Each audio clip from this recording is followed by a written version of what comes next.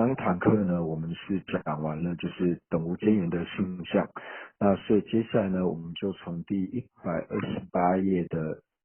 第5行的下面，然后开始往下，那就提到说呢，就是讲完等无间缘的性象之后呢，那就提到说，譬如直射根现前之前，无间升起的作意色知觉。啊，就讲到说呢，就是以我们讲说，就是直射的这个演示呢，那在升起这个直射的这个根线前之前呢，那无间升起，这边讲的无间升起呢，就是它是无间断的，就是它的前一刹那，然后无间升起，无间断的能够升起的这个呢，就是它的作意的这个色的知觉呢，就是这边讲的直射根线前的等无间缘的，就是我们譬喻的话呢，就是以这个来作为它的譬喻。接下来呢，就提到说，凡是根线前呢，周片具有3种缘。那这边就讲到说呢，只要是属于根式的线前式的话呢，那它一定呢会具备有这3种缘。那这边讲的3缘呢，就是提到说它一定会具备等无间缘、增上缘还有所缘缘呢这三者。就像刚刚所讲到的呢，像是如果是直射的根线前的话呢。直射的根线前式的话呢，那它一定会具备了就是等无间缘，然后还有真上缘以及所缘缘这3缘。接下来呢，就提到呢，就是诸意线前呢有2或3种缘。那意线前呢，就是刚刚提到说根线前呢，只要是根线前的话呢，那它一定是具备了像是所缘缘、真上缘、等无间缘等三者。但是呢，如果是意线前的话呢，它要么是具备2种缘，要么呢是具备3种缘。那具备3种缘的呢，就比如说以世尊心序中的像是直射的意线前来说的话呢，那它就是具备了像是所缘缘、真上缘还有等无间缘等三者。那呃，那具备2种缘的呢，那就提到说像是就是显而未见的这种意识呢，那它可能就是只具备了真上缘跟等无间缘等等，那它并不具备所缘缘。那这边呢，就是后面也有提到说呢，就是分别呢均有2种缘，就是提到分别心呢，它也是一定会具有2种缘。那因为现在我们看的这个经论呢，主要是以福村大师的经论为主。那福村大师他的著作的解释里面呢，是有提到说，要具备就是三元都具备的心事的话呢，那它一定要是属于非分别心的心事。那只要是非分别心的心事的话呢，那它通常呢，呃，应该说呢是要具备3元的话呢，一定要是非分别心的心事，因为只要是心事的话呢，它一定是具备了真上缘呢跟等无间缘。但是如果像是分别心的话呢，它就一定不会具有所缘缘，它一定是只有真上缘跟等无间缘等等。所以呢，这边就提到说呢，像意现前呢，那像是显而未见的这种意现前呢，那它可能也是就是具备了就是只有真上缘跟等无间缘，并不具备所缘缘。就是呢，因为我们现在看的经论呢，主要是以福生大师的作为依据，所以呢，他这边就提到说呢，只要是根线前的话呢，它一定是具备着3缘。但是呢，如果是意线前的话呢，它要么是具备2种缘，要么呢就是具备3种缘。那如果说是具备2种缘的话呢，那这个时候就要讨论说，那这2种缘具备2种缘的话，那它是去除掉哪一种？它是3缘里面呢不具备哪一缘呢？那在就是福生大师呢，他在释量论里面呢，就是有一个地方呢，他是提到说，只要是心事的话呢，它就一定是具备了就是真上缘，就是具备了等无间缘，还有共同真上缘。那如果从这边去看的话呢，就是如果说一切心事呢，它都是具备等无间缘，还有共同真上缘的话呢，那这个时候具备二者的呢，我们就要去除掉，就是它具备所缘缘这一部分。但是呢，同样的呢，在福春大师呢，他所造的就是释量的解释里面呢，在第三品的部分呢，还有提到说，像是凡夫的心绪之中的意现前呢，他没有就是共同真上缘。那就是说，我们从字面上来看的话呢，就是好像是有相违的部分，但是就是我们无论何时呢，在看经论的时候呢，都不可以把它想作是有相违的，就是我们要去思维说，当初呢，为什么大师会去这样子解释？所以这边我们就提到说，就是这个时候呢，去看到说易现前呢只有两种的时候呢，那到底是要从没有共同真相的这一点呢去做思维，还是说没有所缘缘的这一点呢去做思维？那最主要呢是从这两个地方呢去做思维的。那就是再讲一次，就是从没有所缘缘这个角度去思维的呢，就是福生大师在《释量论》的解释里面呢，就是提到说，一切的心事呢都是具备着等无间缘，还有共同真上缘。所以从这边呢，如果从这个角度去思维的话呢，那具备两种缘的呢，我们就可以知道说，其实呢并没有具备，并非一切的心事呢都是具备所缘缘的。那就像刚刚所讲到的，像说显而未见的这种心事呢，它也是不具备所缘缘，它就是具备了真上缘。共同真上缘呢，还有等无间缘这两者。但是呢，如果从另外一个角度呢，就是福生大师他在第三品，同样是释量论解释的第三品里面呢，还有提到说，像是凡夫心绪中的就是直色的意现前呢，它是没有具备共同真上缘的。那所以从这边去思维的话呢，就是可以知道说，具备两种的时候呢，那它可能就是具备了所缘缘跟等无间缘，并不一定会具备共同真上缘。这边我们就会觉得说，那福生大师呢，他所讲的呢，是不是彼此呢是有相违的？因为一下呢又说在所有的心事呢都具备等无间缘跟共同真上缘，那一下又说呢，就是凡夫的心绪之中的意现前呢是没有共同真上缘的。那这个时候在回答的时候呢，就是提到说，呃，福生大师呢在讲说一切的心事呢都是具备等无间缘还有共同真上缘的时候呢，其实共同真上缘这两个字的共同呢是就是有人解释说是多出来的字，它其实只有讲到说一切的心事是具备了等无间缘跟真上缘。那如果这样去理解的话呢，那就是合理的，因为我们有提到说真上缘呢，它跟因缘二者呢是同义的意思，真上缘跟因缘二者是同义，所以呢说一切的心事呢，它都是具备等无间缘，还有说真上缘的话呢，那这样子的话呢，这两句话呢，它就没有相违，那就是可以用这种方式呢去做解释。那就是至于说福生大师为什么会提到说呢，就是为什么凡夫心绪之中的意现前呢，它是没有共同真上缘的呢？为什么会去这样子解释呢？因为我们有讲到说，就是凡夫心绪里面的呢，就是直色的意现前呢，它的时间其实非常的短暂，就是仅仅只有一刹那而已。那至于说这一刹那，就是我们讲说直色的，就是凡夫心绪里面的直色的意现前呢，它是何时升起的呢？那像是在课主的大师里面，就是各个大师程序不同。那课主的大师有提到说，他可能是在就是直色的根线前之中可能会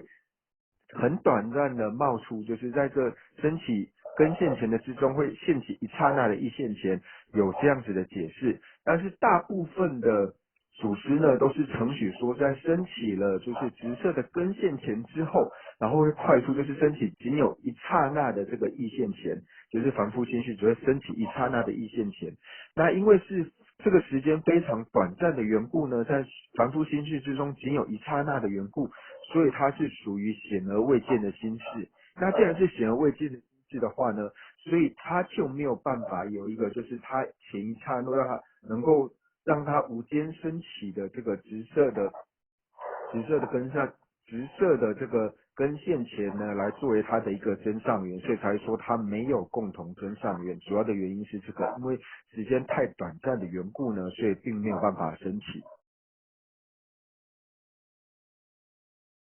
那所以呢，在这边呢，就是提到说，凡是根现前呢，都是周遍具有三种缘，就是它一定呢会具备三缘。那一现前呢，它要么就是具备两种，要么就是具备三种。那同样的呢，就是也有刚刚有提到说呢，就是凡是呢，就是非分别心的这种意识呢，就是意识呢，它就属于具备属于分别心的意识，也有属于非分别心的意识。那在非分别心的意识里面呢，它同样呢要是属于是无错乱世，因为我们这边都有提到说它是现前世的缘故，无论是根现前或是意现前也好，它一定都是属于无错乱世。所以唯有无错乱世呢，才就是意现前里，就是意识里面非分别心的意识里面呢，唯有是意现前，就是无错乱的这种心事呢，它才会具备三种缘。你只要是错乱的这种心事，那无论说是根是错乱的这种意识的话呢，那它就不会具备所谓的所缘缘。像是说我们说看到一个月亮呢，看成两个月亮的这种心事，或者说颠倒的这种心事的话呢，那它呢是不具备着，它是没有办法具备的，就是所缘缘的。那同样的根式也是一样，它如果不是根现前的话，它如果是这种颠倒的根式的话，就像刚刚讲的，把一个月亮看成两个月亮的这一种根式的话呢，它同样呢也是不具备所缘缘的。所以这边凡是说它是周片具有三种缘的话呢，它一定是属于无错乱的这种心事，也就是所谓的现前世。在这边呢，就是我们提到说，就是跟现前呢具备三种缘，或者说像是异现前呢具有二或三种缘。那我们这边呢，就是这个课本呢，主要是以福生大师的著作呢为主，但是以像是任木倩呢，他自己在学习的时候呢，他们看的是就是法床大师的经论。那在法床大师的经论里面呢，就是跟福生大师所承取的呢，就是有稍微不同的地方。那在法床大师所造的这个论述里面呢，他就是有提到说呢，就是一切的，就是非分别心的心事的话呢，不管说你是不是现前世，你只要是非分别心的这种根式的话呢，它一定呢是具备所缘缘的。所以这边呢就跟福生大师所讲的不一样了。像因为福生大师呢，他在程序说有三缘的呢，他一定要是无错乱的心事，就是他一定要是现前世才会都具备三缘。但是呢，以法常大师的学派来做解释的话呢，他是说只要是非分别心的这种根式，就只要是根式的话呢，它一定呢是具备三元的。就不管说你是否是现前式，乃至于说像是颠倒式也好，或是错乱式也好呢，它也是可以安利所缘缘的。那就像刚刚以福生大师来说的话呢，他是觉得说，就是我们把一个月亮呢看成两个月亮的这种眼根式呢，它是不具备所缘缘的，因为它的所缘并不存在。但是呢，以法床大师这一派的解释来说的话呢，他会觉得说，虽然呢它是一个颠倒错乱的心事，但是呢它还是可以安利所缘缘。为什么呢？就是我们虽然说把一个月亮错看成两个月亮，虽然说我们是看错了，但是呢我们还是在一个月亮的基础之上，所以才会看到两个月亮。所以它的所缘缘呢，还是可以放为一个月亮，作为就是把一个月亮看成两个月亮这个演示呢，它的所缘缘呢，还是可以放一个月亮。因为说如果一个月亮都不存在的话呢，就不可能会看到两个月亮。那同样的呢，像是我们讲说看到阳焰，就是说海市蜃楼的这一种眼根式呢，虽然说阳焰它本身呢，海市蜃楼它本身是没有的，就是它虽然是不存在，但是我们是透由沙，还有说太阳，就是很热的这个沙跟太阳两个相结合的缘故呢，会看到海市蜃楼，就是一般我们说的阳焰或是海市蜃楼。那它这个的所缘缘呢，我们就可以放沙跟是太阳，因为是依着沙跟太阳，所以才能够看到就是所谓的阳焰或是海市蜃楼。所以这边呢，我们就可以说，在色类学里面，在讲到说三元呢，它是否具备，就是心事它是否具备所缘缘里面呢，就分为两个派别，就是有一派的祖师呢，他是认为说呢，你只要是非分别心的根式的话呢，它就一定会具备三元，就是一定会具备像是所缘缘。但是以福生大师的讲法来说的话呢，就是一定要是属于跟现前等等的这种根式呢，它跟现前就是一定要是现前式呢，它才会具备所缘缘。如果是颠倒式的话呢，它没有办法具备所缘缘，就是有这样不同的程序，就是各个组织呢有不同的程序的方式。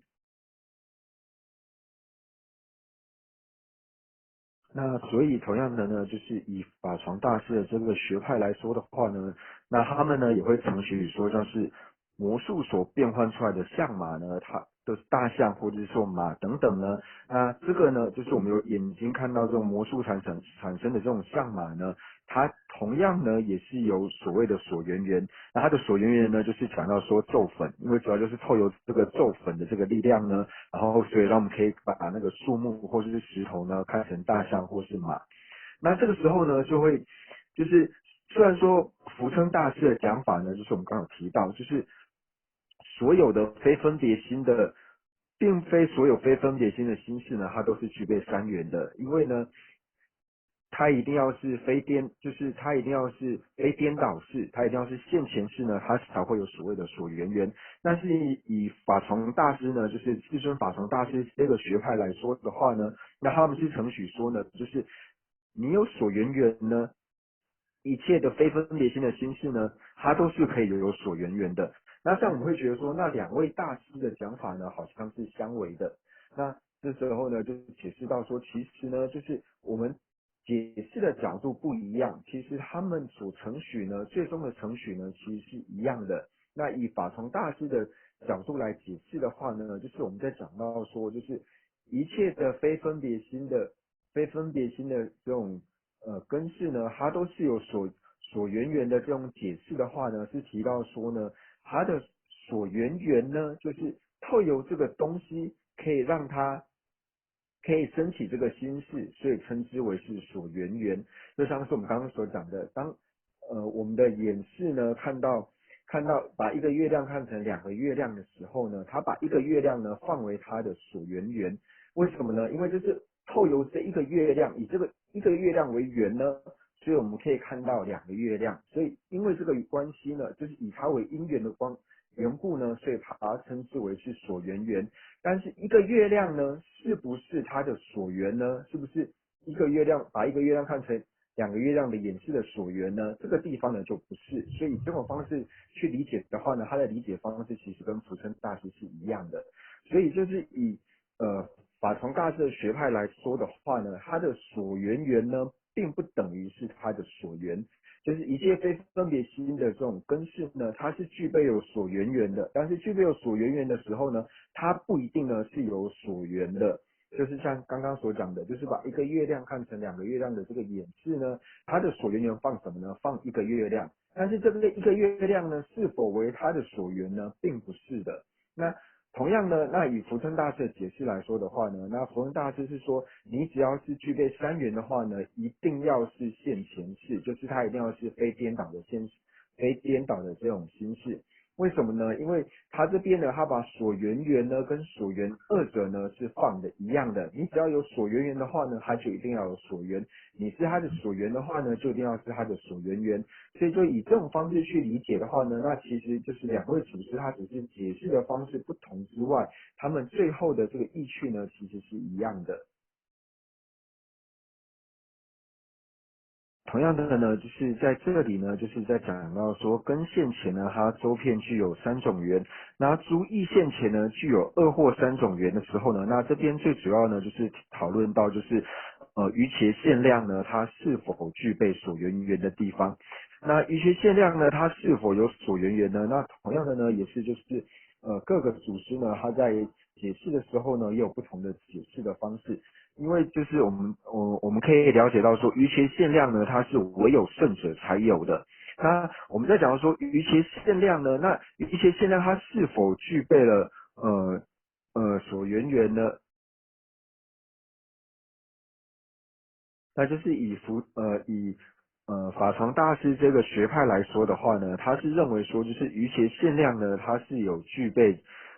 所缘缘的。那他所承许的所缘缘呢，其实跟他的真上缘呢是一样的，就是只要说在升起余切限量之前呢，他的这个止观双运是这个余切限量的所缘缘，那同样呢也是他的真上缘。所以呢，就是以法常大师这一派来说的话呢，他们是承许说余切限量呢，它是具备所缘缘的。那它的所缘缘跟真上也是一样的，那是放什么呢？就是放它的止观双运。那比如说呢，像是正德四谛或者正德空性的余切限量呢，那它的它的真上缘或者说它的所缘缘呢，那就是正得空性的止观双运，或者说正得四谛的止观双运。那以法常大师，就是至尊法常大师这个学派来说的话呢，他们呢是如是的程序。那就是我们现在社类学说的这个课本呢，就是以福生大师他们的讲法来说的话呢，就是刚刚所提到的，就是他的只要是他的所缘缘的话呢，就一定要是他的所缘，他的所缘跟所缘呢二者呢是同义的，所以区别呢是在这个地方。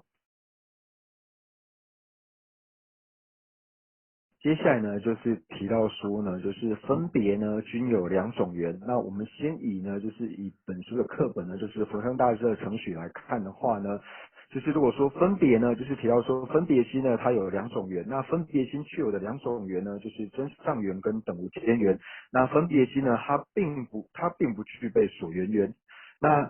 就是以福生大师的学派来说的话呢，他是如何去思维说，就是分别心呢，它是没有所缘缘的呢？因为我们这边讲到呢，就是你只要是它的所缘缘的话呢，因为是所缘缘的话呢，它是为分别心而有。那为分别心里面呢，还有一定要是不错乱世，就是它一定要是现前世呢，它才会有所谓的所缘缘。为什么呢？因为提到说，只要是它的所缘缘的话呢，就一定要是它的显现境，或者说是它的所取境。所以呢，是它的显现境跟所取境的话呢，那这个时候就只有就是非分别心的这种非分别心的这种心事呢，才会具备所缘缘。那为什么分别心呢？它没有办法具备所缘缘呢？因为像刚刚所讲到了，福生大师这里说，你只要是他的所缘缘的话呢，就一定也要是他的显现境跟他的所取境。但是呢，以分别心来说的话呢，它为什么不具备所缘缘呢？因为只要是分别心，它的所取境的话呢，就一定会是异共相。那只要是异共相的话呢，那它就一定是常法。那既然是常法的话呢，它就不可能会成为现前世的显现境，所以它就只要是，所以呢，它只要是分别心的